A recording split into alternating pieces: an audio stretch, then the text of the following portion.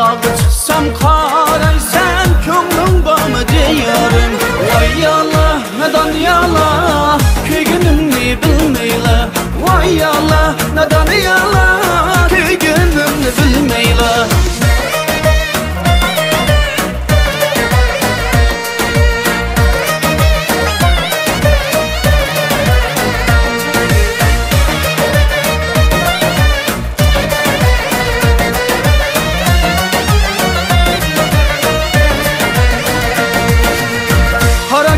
Güzel yarim yürekke ot yakaydımla.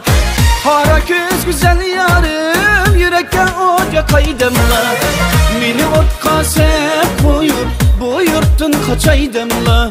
Meni otqa sep koyup bu yurttan kaçaydımla. Vay Allah neden yala bizde yanın hoylısıda içilip türey xalla.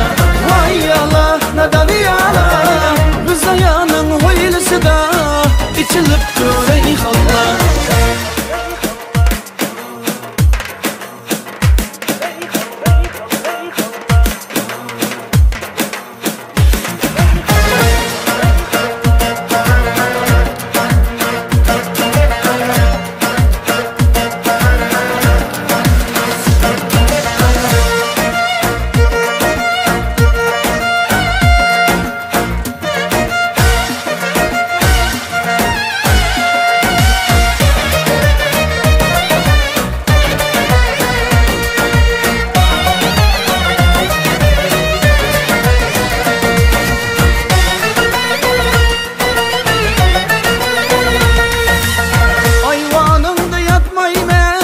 Sarayı kapatmayman, ayvanımda yatmayman, sarayı kapatmayman.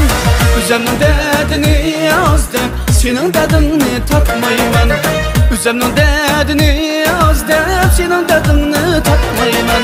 Vay Allah neden yala bizde yanın hoylısıda içilip türey xalla.